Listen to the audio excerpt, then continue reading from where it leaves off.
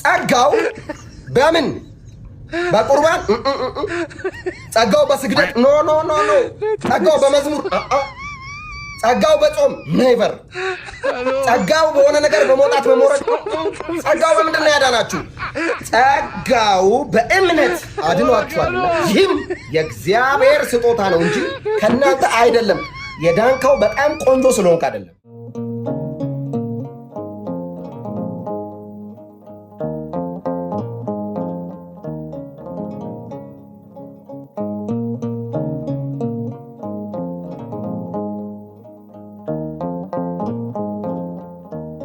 ጸጋው በምን በቁርባን ጸጋው በስግደት ኖ ኖ ኖ ኖ ጸጋው በመዝሙር ጸጋው በጾም ኔቨር ጸጋው በሆነ ነገር በመውጣት በመውረድ ጸጋው በምንድን ነው ያዳናችሁ?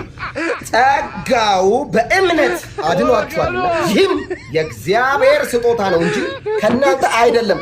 የዳንከው በጣም ቆንጆ ስለሆንክ አይደለም። የእግዚአብሔር ጸጋ ሰውን የሚያድን ነው። ቲቶ ምዕራፍ 1 እንሂዳ። ይህ ጸጋ ምንድን ነው ስራው? መጽሐፍ ቅዱስ ቲቶ ላይ ሐዋርያ ቅዱስ ጳውሎስ ለቲቶ ደብዳቤ የጻፈበት። ቲቶ በጌታ የተወደደ ወንድማችን ነው። ግሪካዊ ነው። አልተገረዘም። በቲቶ ጉዳይ ብዙ ክርክር ተነስቷል። ቤተክርስቲያን ብቻ መጽሐፍ ወደ በኋላ እናወራለን።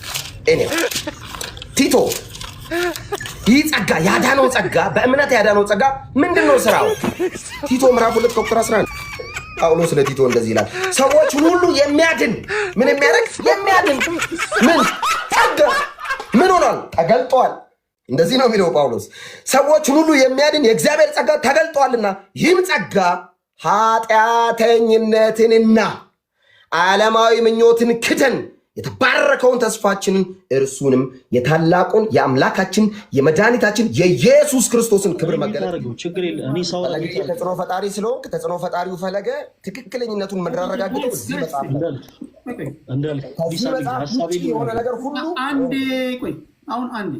አይ እሱ ተጽዕኖ ፈጣሪ ስለሆነ እንትን እንዳይል ብዬ ነው ስለምወደው ስለማውቀው። እኔ በዓለም ያሉ ፖለቲከኞችን ሳወያይ አካሄድ ከተባለ ጸጥ ይላሉ። እናንተ ደግሞ እነሱ በዓለም ያሉ ፖለቲከኞች እንደዚህ ሰላማዊ ከሆኑ እናንተማ በስንት እጥፍ መሆን አለባችሁ እኮ። ሀሳቤን ልጨርስ። ይቅርታ እንዳልክ ተጽዕኖ ፈጣሪ ነው ምናምን ለሚለው እግዚአብሔር ይመስገን ተጽዕኖ ስለፈጠርኩበት ይመስለኛል ያለ። እሺ ለጨዋታ ነው ያልኩት። እንደ ሀሳብ ምንድነው መሰለህ ቴዲሻ፣ ለምሳሌ 3 መሰረታዊ ነገሮችን ላንሳለህ ለቀጣዩ። አሁን አንተ ልጅ ስታረግ ችግር የለውም። አሁን አንተም ብለን ስለሆነ የመጣ ነው ለስልክ ስታወያይ እነዚህ መሰረታዊ ነገሮች እንድትይዛቸው ነው። አንደኛ ኢየሱስ ክርስቶስ የሚለው ስም ሰዎችን ማብሸቂያ ስም አይደለም። ለምሳሌ እኔ አንተ እንድታምን ኢየሱስ የሚለውን ስም ስጠራ አንዳንድ ሃይማኖተኞች እንዲህ ይሉታል ይወልይ ምናምን ብዬ የሆነ ውዥብርብር አድርጌ ሳይሆን በቃ አሁን አንተ አይደለ የጠየቀው አንተ እንድትረዳ አድርጌ ነው መንገር ያለብኝ። ኢየሱስ የሚለው ስም ሰዎችን የምናበሽቅበት ሳይሆን ስሙን ጠርተን ሰዎችን የምናድንበት ስም ስለሆነ፣ ሲቀጥል ደግሞ ለምሳሌ እንዳልክ ግዕዝን ከኔ በላይ የሚያውቅ የለም ምናምን የሚሉ ሰዎችን ተናግሯል። አሁን ተናግሮኛ ጸጥ ምንል ከሆነ ማንጠይቀው ከሆነ የነገረህን ነገር እውነት ይሁን ውሸት አትለየውም። ለምሳሌ እኔ ግዕዝ ቋንቋ በተወሰነ መልኩ እችላለሁ፣ እንደ ግዕዝ እንዳልክ የምችል አይመስለኝም። እና እንዳልክ እችላለሁ ብሎ ግን ሃይማኖትን የተረጎመበት መንገድ በጣም ስህተት ስለሆነ እውነት ግዕዝ ያውቃል ወይ እንዳልክ ያንንም አሁን ሪፈር የሚያደርግልህን ነገር በአጠቃላይ አንተ ልታረጋግጥ የምትችለው ለእኛ እድል ሰጥተህን እኛ ስንጠይቀው ነው። ፕላስ ደግሞ ሌላኛው ሶስተኛው ሀሳብ ደግሞ አነሳው። ለምሳሌ እኔ አሁን የሆኑ ሀሳቦችን ስነግር የሆኑ ሰዎችን የግድ መተቸት ያለብኝ አይመስለኝም። ለምሳሌ ለግብዝነት የሆኑ አካላት እንጾማለን ይላሉ፣ እኛ ግን አንልም በሚል መንፈስ እኮ ሰዎች ግብዝ እየሆኑ ነው ማለት ነው። ይሄ አሁን ለምሳሌ እንዳልክ አይ እኛ ግብዞች አይደለንም እኛ እኮ እንደዚህ ዝም ብለን ተደብቀን ነው እንጾም ማለት ኢን ሴንስ ኦልሬዲ አሁን እየነገረን ነው እንደዛ እያደረገው እንደሆነ፣ ይሄ ራሱ ግብዝነት ነው። ስለዚህ አንዳንድ አላስፈላጊ የሆኑ ቃላቶችን ለጊዜው እንተዋቸውና እንደበሰለ ሰው በተሻለ መጠን ብናወራ። አይኖ እንዳልክ አዲስ አማኝ ነው፣ ከሱ በተሻለ መንገድ ፕሮቴስታንቲዝም የሚያብራሩ ሰዎች አሉ። በእርግጥ ግን ቢሆንም ከተገኘ ይቀር እነዚህን አካሄዶች አክሮ ቢሄድ እሱ ስለፈለገ ስላልፈለገ ሳይሆን ወደድንም ጠላንም የተናገርነው ንግግር ላይ እንዳልክ እኛን ይጠይቀናል። ወደደም ጠላም እኛም እሱን ጠይቋለን። ካልሆነ ግን ጥያቄ ባይቀበልም እንደዚህ ማታ እኛ ራሳችን ጠይቀን ማስረጃዎችን እያወጣን እናሳያለን። ስለዚህ እሱ የተናገራቸው ሀሳቦች ላይ ሪስፖንስ እንድንሰጥ እድል ትሰጠናለህ ማለት ነው። ለምን ግዕዝም ጭምር ሲሳሳት ስላየሁት ትምህርት ብቻ ሳይሆን። ኮመንት ላይ አንድ ሰው አስገባ እያላችሁ ነው፣ ከእስልምና ወይም ደግሞ ለእንዳልክም እያላችሁ ነው። የመጡት በቤታቸው ነው፣ ሁሉም በራሳቸው ላይቭ ገብተው ነው አንድ ላይ የተሰበሰብነው እንጂ እኔ አይደለሁም ያስገባዋቸው። ስለዚህ ምናልባት አሁን ከዚህ በኋላ ብዙ መቆየት የምችል አይመስለኝም። ነገር ግን ተነጋግረን ምን ማድረግ እንዳለብን እንለያያለን። ጆይን ማድረግ የምትፈልጉ ካላችሁ በራሳችሁ ላይቭ ገብታችሁ፣ ካልሆነ እዚህ ሪኩዌስት ልካችሁ ማስገባችሁ አይነት አይደለም፣ በገስት ስላልመጡ ማለት ነው። ኦኬ፣ ለመጨረሻ ጊዜ አደራ የኤልያስ መሰረትን ቴዲ ሐዋሳ ቴሌግራም ላይ ገብታችሁ። ለአውራ የገባሁት ስለምንድን ነው? ስለማን ነው ቴዲ? ስለ ኢየሱስ። የኔ ፖይንት የተሰቀለውን መስበክ ነው፣ የተሰቀለውን ኢየሱስ ማውራት ነው። ፈለገዬ ትክክል ነው ሀሳብ ያነሳው። እንዳልክ ያነሳው ሀሳብ ላይ ጥያቄን ጠይቅ፣ እናውራ። ኢትስ ኖርማል፣ ትክክል ነው። እኔ የገባሁት ስለ ኢየሱስ ልሰብክ፣ እሱ ኢየሱስ ላይ ጥያቄ ሊያነሳ። ስለዚህ ኢየሱስ ላይ ጥያቄ ካለበት ትምህርት ላይ ነው ጥያቄ ላነሳ። የኔ ትምህርት ላይ እንጂ ለአንተ ነው የኔ ትምህርት ስህተት የሆነው ፈለገዬ። ይህ ሚስ ሪፕሬዘንቲንግ ይባላል። ከጠፋው ይቀርታ እንደዚህ ላል በሌላ ጊዜ ቀጠሮ ተቀጣጥረን እኔና ፈለገ እናውራ ስለ ኢየሱስ። ደስ ወይ ደግሞ አንተ ወጥተህ ቴዲ እኔና ፈለገ ቁጭ ብለን ስለ ኢየሱስ እናውራ። ዛሬ አሁን እናውራ። ደስ ነው የሚለኝ ስለ ኢየሱስ፣ በጣም በደስታ ነው የማወራው። እኔ ብዙ አልቆይም። አሁን እኔ አንድ ነገር ማድረግ ማትችሉ ከሆነ ወንድማማቾች ነን፣ እንለያያለን።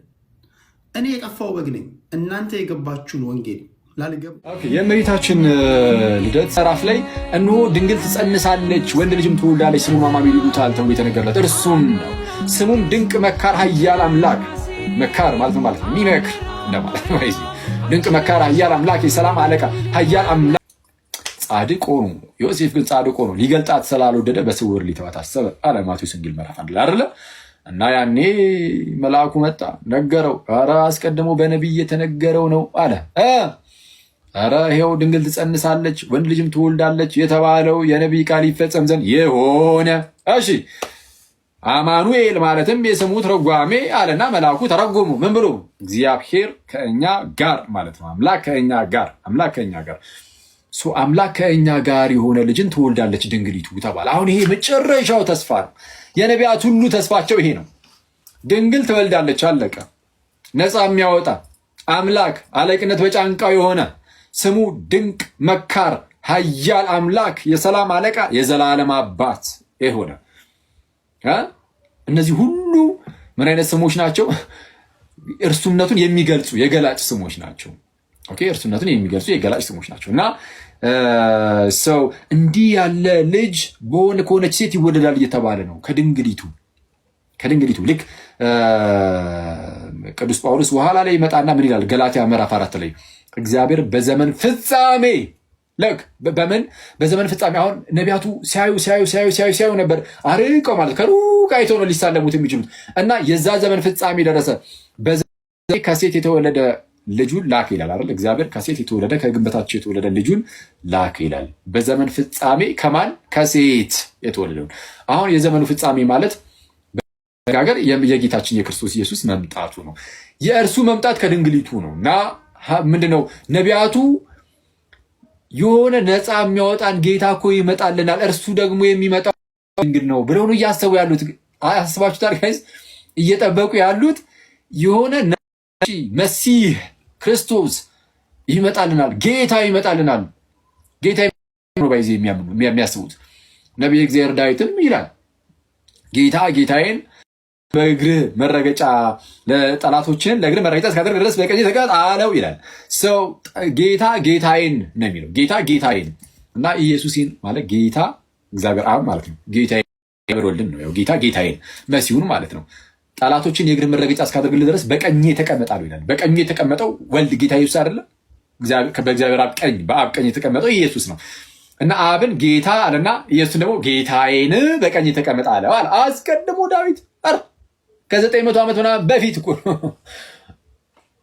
ከዛም ይህንን ነገር ያዝ ያደርግና ጌታችን ኢየሱስ አንድ ወቅት ላይ ፈሪሳውያንን ጠየቃቸው።